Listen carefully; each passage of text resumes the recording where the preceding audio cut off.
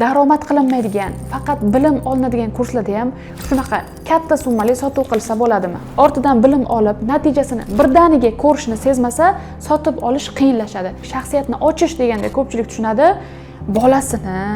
bolasi bilan birga vaqt o'tkazganini, erini yoki ayoli bilan birga o'tkazilgan vaqtni olib chiqishni tushunadi. O'zini mahsulotini biladigan, o'zini kursini ichini biladigan insonni o'zi progress qilsa, sotuvlar zo'r bo'ladigan xulosaga kelganman. Men sizga hozir faqatgina ishlagan kichkina blogdagi natijalarimni ko'rsatib beryapman. Tiliga tushunib olganingizdan keyin ularni o'zingizga moslashtirasiz. Ana shu joyda progress uchun haqiqiy mahorat ko'rinadi. Masalan, menda o'qishdan oldin sotuvlari 20 ta, 30 ta bo'lgan bo'lsa, hozir 2x, 3x ga oshdi. Bu dasturni NDPS, ya'ni boshqalarga tavsiya qilish darajasi 10 dan 9 ni tashkil qiladi. 135 kishilik blogda $6000 sotuv qilish mumkinmi? Men bu natijani reklamalarsiz, katta komandasiz va yordamchisiz qilganman. Agar hozir menga 20 minut vaqt ajratsangiz, men sizga 3 ta kes misolda blogim kichkina, reklamaga pulim yo'q, yordamchi olishga mablag'im yetmaydi degan bahonalarni unutib, bor auditoriyadan maksimal foydalangan ravishda sotuv qilishni o'rgataman. Assalomu alaykum, men progress ssenarist Shahlo Nizomovaman. O'zimni to'liq tanishtirishdan oldin sizga bitta savolim bor. Oxirgi marta ishlagan blogingizda yoki o'zingizning blogingizda nechta auditoriyadan qancha sotuv qildingiz? Masalan, 1000 ta obunachidan 3 ta sotuv qildingizmi yoki 5000 ta obunachidan 5 dona ham sotuv chiqmadimi? Javobingizni izohlarda yozing, hammasini o'zim o'qiyman. Bu savolni bejizga bermadim. Chunki hozir ko'pchilikda auditoriya bor, mahsulot bor, kontent bor, xizmat yoki kurs bor, lekin sotuv kutilganidek emas. Siz har kuni post tashlashingiz mumkin, stories yuritishingiz mumkin, Instagramda reels chiqarishingiz mumkin. Hattoki komment, like, reaksiyalar ham hammasi joyida bo'lishi mumkin. Lekin sotuvga kelganda ish ko'ngildagidek bo'lmaydi. Ko'rishadi, like bosishadi, komment yozishadi, faqatgina sotib olishmaydi. Shunda o'zingizga savol berishni boshlaysiz. Nimani qayerda xato qilyapman? Nima kam?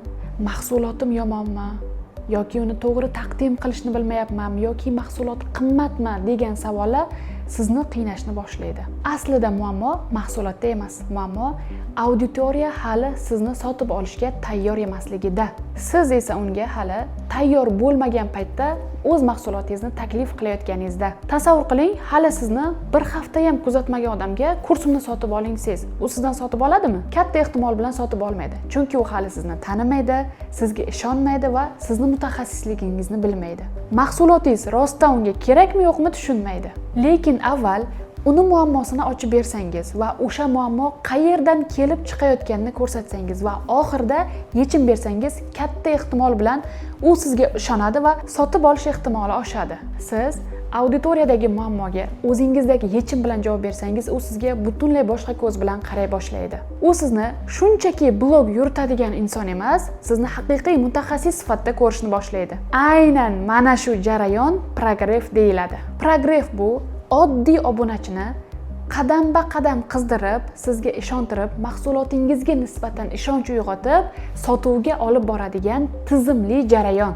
Soddaroq qilib aytadigan bo'lsam, progress shunchaki qiziquvchi insondan bu soha yoki bu yo'nalish, bu mahsulot aynan men uchun, menga kerak ekan degan qarorga olib boradi. Oddiy sotuvda siz mahsulotni auditoriyaga shunchaki ko'rsatasiz. Progressda esa obunachiga unga mana shu narsa kerak ekanligini xulosa qildirasiz. Buni ikkalasini orasida farq juda katta. Ko'pchilik sotuvni faqat qabul ochilgan kuni boshlaydi. Bugun kursga qabul ochildi, ertasiga kurs haqida 2-3 og'iz ma'lumot, undan keyin 2-3 ta otziv va oxirida esa bo'ldi, bugun qabulning oxirgi kuni, ertadan darsni boshlaymiz degan usulda sotadi. Albatta bu usul bilan ham sotuv qilsa bo'ladi. 5, 10, 15 tagacha ham qila olasiz, lekin auditoriyani og'rig'i bilan ishlamagandan keyin sotuvlaringiz oshishidan umid qilmasangiz ham bo'ladi. U hali aynan nega mana shu kurs unga kerakligini to'liq his qilmagan, hali men buni eplay olamanmi degan savoliga javob olmagan, nega aynan shu mutaxassisdan o'rganishim kerak degan ishonch shakllanmagan bo'ladi. Shu sababli taklifni ko'radi, lekin qaror qilishga shoshilmaydi. Progressda esa jarayon boshqacha kechadi. Avval muammo ochiladi, noto'g'ri qarashlar sindiriladi, natija ko'rsatiladi va oxirida unga yechim bo'luvchi taklif beriladi. Aynan shu paytda obunachida ular menga nimadir sotishyapti emas, menga mana shu kurs kerak degan fikr uyg'onadi. Hozir eski sotuv usullari oldingidek ishlamayapti. Auditoriyada immunitet hosil bo'lgan. Oldidan chiqqan narsasi menga kerak, men uchun ekan deb pulini sarflamaydi. Qabul ochildi, joylar cheklangan, eng zo'r imkoniyat degan noaniq takliflardan auditoriya to'ygan. Shuning uchun bunday jumlalar insonlarda ishonch emas, ehtiyotkorlik uyg'otyapti. Iloji boricha mana shunday shablon gaplardan qochib, kuchli, aynan og'riqqa tegadigan yechim va unga mos taklif berilishi kerak. Men 4 yildan buyon 50 dan ortiq loyihalarda, Telegramdagi webinar kanalda, Telegram bloglarda, Instagram storiesda sotuv qilib ko'rganman. Va hozir sizga shu 50 ta keysim ichidan 3 tasini olib, uni razbor qilib, nimalar qilgan va qanaqa natijaga erishganlarimni ko'rsatib bermoqchiman. Avval o'zimni keysimdan boshlasam. 2025-yil may oyida 135 kishilik auditoriya bilan $6000 sotuv qilganman. Xo'sh, buni qanaqa qilganman? Nimalar sabab bo'lgan va nimalar yordam bergan? Hozir buni ko'rib chiqamiz. Eng avval auditoriya bilan o'zim gaplashganman. Oylar davomida o'zimni ham ekspertligimni ham shaxsiyatimni ochib kelganman. Kimdir yordam so'rasa, erinmasdan har birlariga yordam qo'lini cho'zganman. Sotuv ochganda menda hatto odzivlar ham bo'lmagan. Odzivsiz sotish eng qiyini. Meni yutug'im atrofimda menga nisbatan soha mutaxassisi ekanimga shubha qoldirmaganim va ularga qo'ldan kelgancha yordam berganim deb bilaman. Auditoriya bilan samimiy munosabatlarni ushlash va foyda berish sizni brendingizni asosi bo'ladi. Mendan avvaliga bepul yordam olganlar keyinchalik kursingiz bormi, qanaqadir kursingizni oching, nimadir o'rganaylik degan talab bilan chiqishgan va men keyin taklif yaratganman. Demak, bu keysdagi eng asosiy narsa auditoriyaning ishonchi. Men ularga o'z qadriyatlarimni, o'z shaxsiyatlarimni to'laqonlicha ochdim. Har qanday loyihada ham ishlamasligimni, oldimdan chiqqan trading yoki qanaqadir ezoteriklarni kursi uchun progress qilib bermasligimni yoki undan tashqari puli qimmat bo'lsa ham meni qadriyatlarimga zid bo'lgan loyihalarda ishlamasligimni ham ochib berdim. Progressda boshqa loyihalarda ishlayotganda auditoriyamga shu narsani isbotlab ko'rsatib berardim. Bundan tashqari, blogimda boshqa progresslarda ishlaganda ishlatgan keyslarimni yashirmasdan qanaqa natija bo'lgani, nimalardan foydalanganimni qadam-baqadam ko'rsatib berib borardim. Hech narsani yashirmasdan. Aynan mana shu narsa obunachi va meni o'rtamdagi ulkan to'siqni buzib tashladi. O'rtada hurmat uyg'ondi. Bu qanaqa bo'ladi? Siz auditoriyaga o'zingizning keyslaringizni yashirmasdan bilimlaringizni o'rgatasiz va obunachida sizga nisbatan hurmat uyg'onadi. Yana bir asosiy narsa. Men progress kursiga qabul ochganimda ularga bu kasb ortidan qancha daromad qilish mumkinligini, qayerda qanday vakansiyalar borligini va har bitta vakansiya uchun eng kamida minimal qancha haq to'lanishini chiroyli tarzda ochib berdim. Hech qanday xarajatsiz, hech qanday odzivsiz men $329 kursimni 135 kishilik auditoriyadan 18 kishiga sotganman. Bu menimcha birinchi martaga yaxshi natija deb o'ylayman. Bu keysni eshitgandan keyin sizda menga ham xuddi shunaqa natija kerak deb o'ylayotgan bo'lsangiz, videoni oxirida sizga chiroyli taklif beraman, sizga yoqishi aniq. Xo'sh, siz aytishingiz mumkin. Birinchi keysda men daromad qilinadigan kurs sotganman. Endi siz o'ylayotgan bo'lishingiz mumkin, daromad qilinmaydigan, faqat bilim olinadigan kurslarda ham shunaqa katta summali sotuv qilsa bo'ladimi? Ikkinchi keysim aynan mana shu ichingizdagi savolingizga javob bo'ladi. Avval tushuntirib o'taman, ortidan daromad qilinmaydigan kurslar qanday kurslar bo'ladi? Bular psixologik kurslar, onalarga erta ta'limni o'rgatadigan kurslar yoki diniy kurslar. Odatda bunday kurslarni sotib olishayotganda moddiy daromad qilish maqsad qilinmaydi. Odatda bilim beriladigan bunday kurslarni sotish biroz qiyinroq. Chunki inson bir kasb o'rganish uchun qanchadir mablag'ni ajratishi oson, lekin ortidan bilim olib, natijasini birdaniga ko'rishni sezmasa, sotib olish qiyinlashadi. Xo'sh, bunday vaziyatda biz nima qilishimiz kerak? Bunday kurslarni sotishda obunachida qanday og'riq borligini, agar og'riq mana shu og'riq yechilmasa, nimalarga olib borishini va bu qanchaga tushishini ochib bersangiz, Xudo xohlasa, bu turdagi kurslarni ham sotish osonlashadi. Sizga aytib bermoqchi bo'lgan ikkinchi keys Duoning kuchi nomli kurs sotuvi. Bu kursning auditoriyasi asosan ayollar bo'lib, ular toki mengacha bu kursni sotib olgan ayollarga kursning mohiyati, ularga nima berishi, qanday foyda olishi haqida umuman ma'lumot berilmagan. Men bu kurs uchun progressni boshlaganimda eng avval auditoriyani og'riqlarini o'rganib chiqdim. Keyin esa kursga qo'shimcha darsliklar qo'shdik va kurs narxini biroz ko'tardik. Auditoriyaga esa bu kursdan nimalar olishini his qildirib ko'rsatdik. Chunki bu kurslarni qaysi og'rig'iga yechim bo'lishini ochmasangiz, auditoriya sotib olmaydi. Lekin bitta noqulay tomoni bor edi. Toki men progress boshlagunimga qadar ekspert va auditoriya o'rtasida umuman bog'liqlik bo'lmagan. Ekspert o'zini shaxsiyatini blogda ochishni umuman istamagan va men ishlashni boshlaganimda ham shaxsiyat ochilishini xohlamadi. Shunday vaziyatlarda auditoriya ekspertni tanimasa, undan sotib olish ehtimoli kamayadi. Men bu vaziyatda qanaqa qilib yo'l tutdim? Shu joyda men ekspertni hayotini, bolalari yoki uni atrofdagilar bilan munosabatini emas, ruhiy holati, qadriyatlari, bilimi va boshqa ijtimoiy munosabatlarga nisbatan uni o'zini pozitsiyasini ochib berdim. Aynan shu o'rinda bitta muhim gap. Shaxsiyatini ochishni istamaydigan ekspertlar bilan ishlayotgan adminlar yoki o'zini sotuvini o'zi qilayotgan soha mutaxassislari. Siz sotuv qilishni xohlaysiz, lekin shaxsiyatingizni ochmoqchi emassiz. Shunday vaziyatda nima qilish kerak? Shaxsiyat deganda ko'pchilik shaxsiyatni ochish deganda ko'pchilik tushunadi, bolasi bilan birga vaqt o'tkazganini, erini yoki ayoli bilan birga o'tkazilgan vaqtni olib chiqishni tushunadi. Yo'q, unaqa emas. Shaxsiyatni ochish faqatgina shu narsalarga bog'lanib qolmagan. Shaxsiyatni ochish deganda yaxshi inson sifatida ko'rsatadigan xarakterlarni, xususiyatlarni ochib berish ham kiradi. Bunga nimalar? Shirin so'zlilik, samimiylik, halollik, boshqalar bilan chiroyli munosabatda bo'lish, boshqalarning fikrlarini hurmat qilish, ularning fikriga nisbatan o'zini pozitsiyasini ko'rsatish ham kishini yoki ekspertni shaxsiyatini ochib bera oladi. Agar siz mana shu tomonlaringizni ochib bersangiz, oilangizni, eringizni yoki kimnidir olib chiqish umuman shart emas. Lekin bitta narsaga e'tibor berishingiz kerak. Aytayotganingiz, mana shu shaxsiyatingizni ochib berayotgan narsangiz rostdan ham sizda bo'lishi kerak. O'zingizdan o'sha insonni yasab oxiri yaxshilikkacha bormaydi. Ya'ni o'zingizdan soxta yaxshi insonni yasaganingizdan foyda yo'q. Bu kesda biz kursga qo'shimcha qiymat berib, auditoriya bilan aloqani yaxshi o'rnatib, ularni og'riqlarini ochib va bu og'riqqa aynan mana shu kurs yechim bo'lishini ko'rsatib berib 207 ta sotuv qildik. 6000 kishilik auditoriyadan 207 ta sotuv menimcha yaxshi natija deb o'ylayman. Sizga endiga aytib bermoqchi bo'lgan 3-kesimda umuman boshqacha yo'nalishda, umuman boshqacha formatda ishlaganmiz va natijalar ham zo'r bo'lgan. Endi 3-kesni razboriga o'tamiz. Bu kesim men yordamchi olib ishlay olmayman, kimgadir haq to'lashga imkoniyatim yetmaydi deganlar uchun zo'r misol bo'lib beradi. 3-kesimda Super Kids kanali egasi Mohinur bilan birgalikda hamkorlikda ishlaganmiz. Mohinur bilan birga ishlaganimizda u to'liq progress qiladigan tarifimni emas, maslahat va plan qilib berish tarifimni tanlaganlar va hamkorlikni boshlaganmiz. Men bunda hech qaysi postni o'zim yozmaganman. Birorta ham post yozmasdan turib, faqatgina u kishiga yo'l xarita, tizim, planni qurib berganman.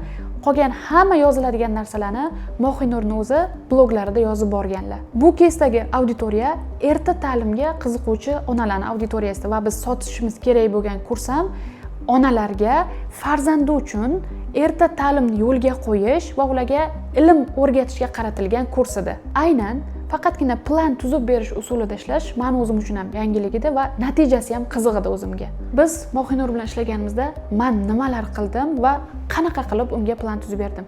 Chunki Mohinur faqat men aytgan yo'l bo'yicha, yo'nalish bo'yicha yurdi. Aytgan postlarimni so'zma-so'z yozdi va o'zi kanaliga chiqarib turdi. Plan qilib berishdan oldin yana auditoriyani og'rig'ini o'rgandim. Hozirda onalarda erta ta'limga nisbatan talab ko'paygan va raqobat ham shunga yarasha kuchli. 3 ta raqobatchisini o'rgandim va ularda nima borligini ko'rib chiqdim. Biz nima qo'sha olishimizni ko'rib chiqdim va undan keyin plan tuzishni boshladim. Kunlik planlarni berish jarayonimda biz kurs ichiga ham yangilik qo'shdik. Kursni qiymatini ham oshirdik. Kursni pul bo'y moddiy qiymatini ham va beriladigan ma'naviy qiymatini ham ko'paytirdik. Tahlil qilish jarayonida bildimki, onalar faqatgina bolasiga erta ta'limdan tashqari shaxsiy rivojlanishni ham qo'shishni istar ekan.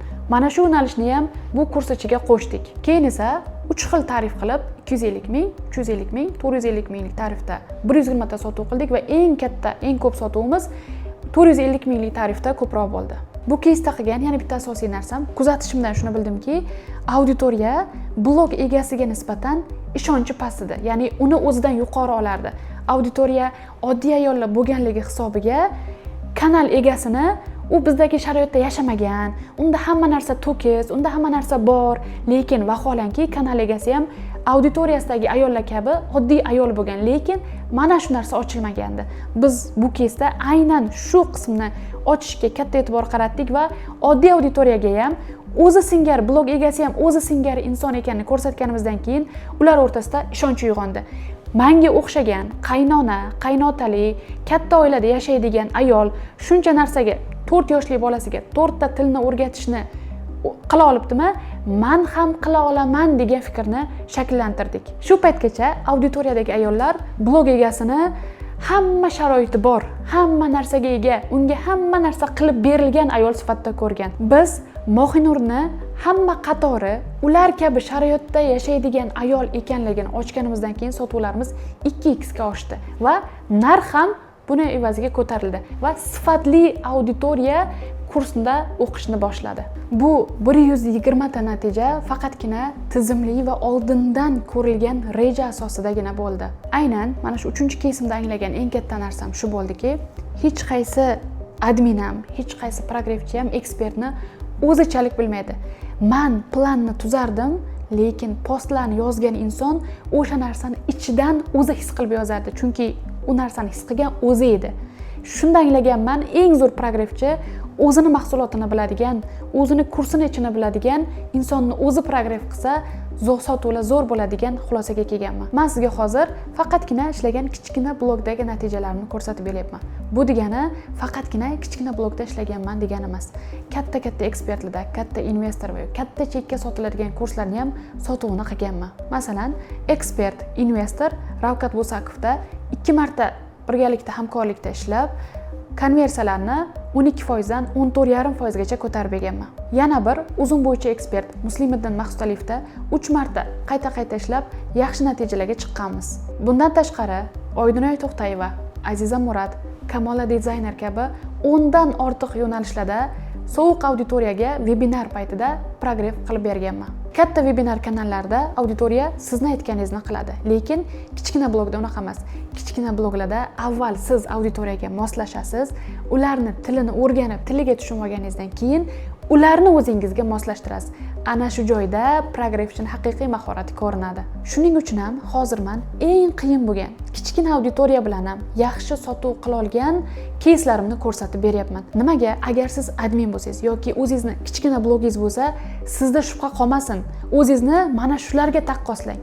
Katta webinar kanallardagi natijaga emas, mana shularga taqqoslab turib, men ham qila olarkanman degan hisni sizda uyg'otish. Hozirgi bu aytadigan keyslarimdan keyin sizda hech qanaqa bahona qolmasligi aniq. 4 yillik tajribamdagi olgan eng katta xulosam shuki, agar blog to'g'ri yuritilsa, tizimli yuritilsa, yaxshi sotuv qilish mumkin. Lekin blogda ishlovchi adminlar ekspertni reputatsiyasini ushlashni bilmaydi.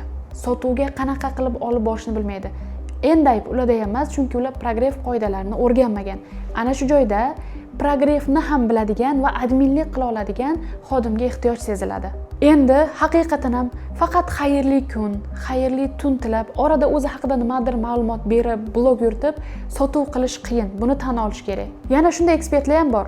O'zini blogini adminlarga ishonmaydi, o'zi yuritadi va bu ham to'g'ri variant. Chunki hech qaysi ekspert, hech qaysi progresschi ham, admin ham o'zini kursini o'zichalik yaxshi bilmaydi. Siz ikkita toifadan qay biri bo'lsangiz ham, o'zingizni blogingizni o'zingiz yuritib, o'zingiz sotuv qiladigan mutaxassis bo'lsangiz ham yoki boshqalarning blogida sotuv qilishda yordam beradigan admin bo'lsangiz ham, sizga progress qoidalari kerak. Men aynan siz uchun progress dasturi tayyorlaganman. Siz bu dasturda noldan o'qib, progressni ipidan ignasigacha biladigan darajaga chiqa olasiz. Shu o'rinda bu dasturda oldin o'qigan o'quvchilarni ham natijalarini ko'rsatib ketmoqchiman. Hozirda 100 ga yaqin o'quvchim bo'ladigan bo'lsa, hali dasturni tugatmasdan turib natijaga chiqib yoki dastur tugaganda dastur pulini 2 barobar qilib ishlab orttirgan o'quvchilarim bor. Shulardan biri o'quvchim Dilshodbek. Bu kishi manda o'qishlardan oldin oddiy admin bo'lganlar va 1-2 million bo'lgan oyliklari. Hozirgi kunda cheklari 4 milliondan ham oshiq. Ayni paytda esa Husan Mamasaidovni My Life Planner kurslari uchun progressni olib bormoqdalar. Shu o'rinda aytib ketmoqchiman, bu o'quvchim 1 yil oldingi o'quvchim emas. Kursni yaqindagina tugatganlar. Yana bir o'quvchilarim Sarvinoz va Mohinur. Bularni ham o'zlarining kanallari, o'zlarining produktlari bor. Bular avval xizmatimdan foydalanib ko'rishdi, undan keyin o'zlariga progress kerakligini bilgach, dasturda o'qib, tajribalarini orttirishdi. Hozirgi kunda, masalan, menda o'qishdan oldin sotuvlari 20 ta, 30 ta bo'lgan bo'lsa, hozir 2x, 3x ga oshdi. Kamida 70, 80, 100 tagacha sotuv qiladilar. Bunda progress qilishga hech kim uchun xarajat qilmaydilar, hech qanday chiqim bo'lmaydi. Hamma narsani o'zlari bilganliklari bois, o'zlarining bloglarida o'zlari progress qiladilar. Bunday o'quvchilarning soni juda ham ko'p. Mana bu yoqda hammalarining otseplarini qoldiraman. O'zingiz o'qib ko'rishingiz mumkin. Eng asosiysi bu dasturni NDP'si, ya'ni boshqalarga tavsiya qilish darajasi 10 dan 9 ni tashkil qiladi. Bu so'rovnoma o'quvchilarim orasida anonim tarzda chestniy holatda olingan. Umumiy xulosalashdan oldin sizga bitta savol bermoqchiman. Siz keyingi 6 oyda o'zingizni qanaqa darajada ko'rasiz? Sotuvlaringiz va daromadingiz qanchaga o'sgan holatda tasavvur qilasiz? Va siz mana shu natijaga erishish uchun nimalar qilishga tayyorsiz? Aynan shu holatda davom etib, 6 oydan keyin o'zingiz orzu qilgan darajaga chiqaman deb o'ylasangiz adashasiz. Hozir oldingizda ikkita yo'l bor. Birinchisi, hozir bu videoni yopasiz va o'zingizning ishingizda davom etasiz. Blog yuritasiz, adminlik qilasiz, kimnidir kurslarni sotuvida yordam berasiz va natija ham hozirgidek bo'ladi. Hech qanday o'sish bo'lmaydi. 6 oydan keyin ortga qaraganingizda hozirgi darajangizda turgan bo'lasiz. Ikkinchi yo'l esa hozir quyidagi formani to'ldirib, men bilan birgalikda 40 kun davomida progressni o'rganib, o'zingiz uchun yangi soha, yangi kasb o'rganasiz yoki o'zingizning blogingizni sotuvini oshirish uchun yangi bilimlarni olasiz. 40 kundan keyin esa o'sha o'zingiz orzu qilgan, o'zingiz xohlagan 6 oydan keyingi darajangizga chiqish ehtimolingiz oshadi. O'quvchilarim kabi katta natijalarga dastur tugamasdan turib, dasturdan ortiq pulni ishlash darajasiga va taniqli ekspertlar bilan ishlash darajasiga chiqishingiz mumkin. Agar siz ham dasturda ishtirok etishni xohlasangiz, quyidagi havolani to'ldiring va ro'yxatdan o'ting. Men o'zim sizga aloqaga chiqaman. Shu o'rinda bitta muhim eslatmani aytib o'tmoqchiman. Agar siz o'zingizning blogingizni yuritib daromad qiluvchi soha mutaxassisi, ya'ni onlayn kurslariga ega ustoz, psixolog, dietolog, SMM mutaxassisi, til kurslari muallifi yoki zapusk menejeri va admin bo'lsangiz ham bu dastur aynan siz uchun.